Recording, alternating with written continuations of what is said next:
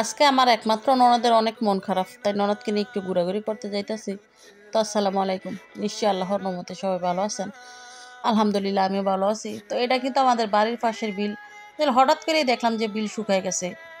মানে যখন যেহেতু কাতি মাস আসলে পানি যখন টান দেয় একদিন দুই দিনের মধ্যে কিন্তু পানি চলে যায়, পুরা বিল শুকায় যায়।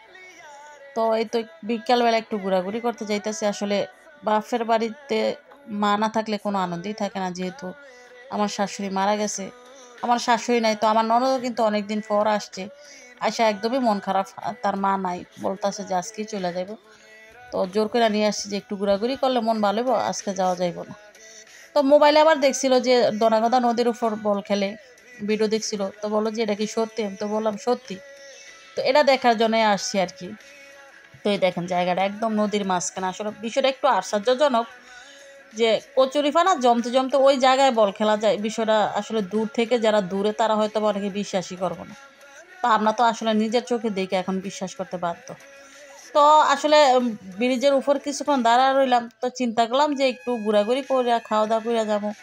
ব্রিজের উপর থেকে কিন্তু এই যে দক্ষিণ সাইডের এই নদীর পাড়টা অনেক সুন্দর দেখা গেছে, অনেক সুন্দর। তো চিন্তা করলাম যে একটু এখানে যাই। তো আমাদের সাথে দেখলাম যে আরো অনেক আপু ভাইয়ারও আসছে এখানে ঘোরাঘুরি করতে বা ছবি তুলতে। তো ব্রিজের উপর থেকে কিন্তু জায়গাটা অনেক সুন্দর দেখে। তো ব্রিজের নিচে আবার কিছুক্ষণ দাঁড়ায় দেখলাম যে আসলে কোন সাইডটা দিয়া মানে ব্রিজের মাঝখানে মানে নদীর মাঝখানে যাওয়া যায় আর কি, হাইটা। তো দেখেন নদীর পার মোবাইলে কতটুকু বোঝা যায় আমি জানি না, তবে সত্যি অনেক সুন্দর লাগে জায়গাটা। বিকালবেলা একদম আবহাওয়া ছিল ঠান্ডা। আর এখন কিন্তু আকাশে খুব মেঘ, দেখেন উত্তর সাইডটা মানে খুব অন্ধকার হয়ে রয়েছে, মেঘ জমা যে কোনো সময় জ্বর উঠতে পারে, মানে এরকম একটা ভাব নিয়ে রয়েছে। তো আমরা কিছুক্ষণ আমরা আসতেও মনে হয় যে একটু লেট হয়ে গেছে, যেহেতু এখন দিন একদমই ছোট। আর আকাশে অনেক মেঘ হওয়ার কারণে কিন্তু একটু অন্ধকার অন্ধকার লাগতেছে। তো আমি আবার এখানে একটু কস্তুরি ফুল নিলাম। আহ, তো আসলে এগুলা দেখলেও ভালো লাগে। তো আমার কস্তুরি ফুলটা আমার বাগনিরে দিলাম, দিয়ে একটু উইশ করলাম আর কি। আর দেওয়ার মতো এখানে কিছুই নেই। তো এই দেখেন অনেকে কিন্তু এই জায়গাটাতে যেহেতু নদীর পাড় একটু তাড়াতাড়ি শুকাইছে, ফসল করতেছে। আর এটা কিন্তু এই যে আমাদের সিরিয়ারচর বাজার দেখা যাইতেছে যে, আর এটা কিন্তু বাংলা বাজার, এটা হচ্ছে বাংলা বাজার। আসলে ব্রিজের ওই পার হচ্ছে দাউদকান্দি থানা, আর এফার হচ্ছে কিন্তু মতলব থানা, নদীর এফার আর ওই পার। তো কিছুক্ষণ ঘোরাঘুরি করার পরে চিন্তা করলাম যেহেতু আকাশে অনেক মেঘ করছে, মনে হয় যে জ্বর উঠবো, অনেক সময় লেট করা যাবে না। তো যেহেতু আসছি চিন্তা করলাম যে বাংলা বাজার থেকে একটু খাওয়া দাওয়া করে যেতে। এখানে কিন্তু নতুন নতুন অনেক দিনই হয়ে গেছে যে এখানে ইলিশ বাড়ি রেস্টুরেন্ট, এর আগেও কিন্তু এখানে আসা হয়েছিল, আসা খাওয়া দাওয়া করা হয়েছে। তো আজকেও আসলাম, দেখেন সন্ধ্যা হয়ে গেছে, সব কিন্তু লাইটিং দেওয়া নিচে। তো এখানে রান্না বান্না আর এই যে সেই ফ্রিজ, আসলে এই ফ্রিজের ছবি পাঠাইছিল আমার বাগনির কাছে আমার মেয়ে। তো মূলত এই ফ্রিজ দেখার জন্য কিন্তু এই রেস্টুরেন্টে আসা হয়েছে। আর দেখেন তারা কত সুন্দর ইউনিকভাবে এইটারে ডেকোরেশন করছে একদম, মানে খুব সুন্দর করে আমরা যে। তো আমরা কিন্তু এই রেস্টুরেন্টের দ্বিতীয় তলায় উঠলাম। তো আমাদের মতো এখানে অনেকেই আসলে দেখেন এই জানালাটা বাইরের ভিউটা দেখেন, ভিউটা কিন্তু অনেক সুন্দর। তবে এখানে বসার জায়গাটা অনেক ভালো লাগে, অনেক সুন্দর।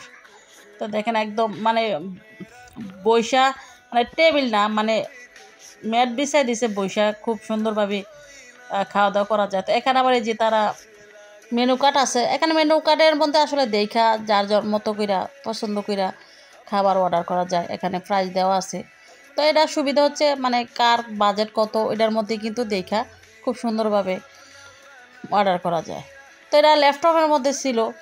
তো আসলে আমাদের ভাগ্যটা খারাপ ছিল, আমরা কিন্তু আসলে আকাশ যে অনেক মেঘ আসছিল, হঠাৎ করেই বৃষ্টি পড়া শুরু হয়েছে।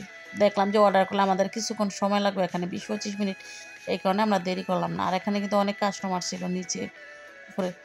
তারপরে যে সিরিয়াসের বাজারে আসলাম, আইসা দেখলাম যে এখানে পিঠা বিক্রি করতেছে। আসলে একদমই খাওয়া দাওয়া না করলে তো না। তো এখানে তো চিন্তা করলাম কিছু পিঠা নিয়ে নিই, গরম গরম পিঠা সাথে ভর্তা। আসলে এই চিতই পিঠাটা আমি যে কোনো জায়গায় গেলেই ভর্তাটা ট্রাই করার জন্য কিন্তু আমি পিঠাটা নিই। আর এখানে দেখলাম যে ডিমের পিঠাও বিক্রি করে।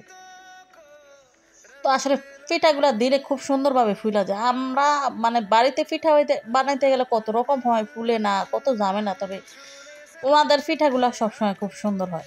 তো প্রথমে পিঠা নিয়েছিলাম, তারপরে এখানে নিলাম হালিম। আসলে বৃষ্টি কিন্তু পড়তেছে, যে বৃষ্টি পড়তেছে, মনে হয় যে একটা জ্বর ছুটবো আর কি, এমন অবস্থা। আকাশের অবস্থা খারাপ দেখে কিন্তু আমরা তাড়াতাড়ি বের হয়ে গেছিলাম, কারণ অর্ডার দিলে বললো যে 20-25 মিনিট অপেক্ষা করতে হইব। তো আমরা এত তারপরে হালিম পিঠা নিয়ে বাড়িতে আসলাম, সাথে কিন্তু কোন আইসক্রিমও আনছিলাম, ওইটা আর ভিডিও করা হয়নি।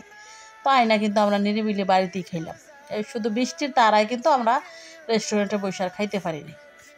তো যারা শেষ পর্যন্ত ভিডিওটা দেখলেন সবাইকে অসংখ্য অসংখ্য ধন্যবাদ। ভালো থাকবেন।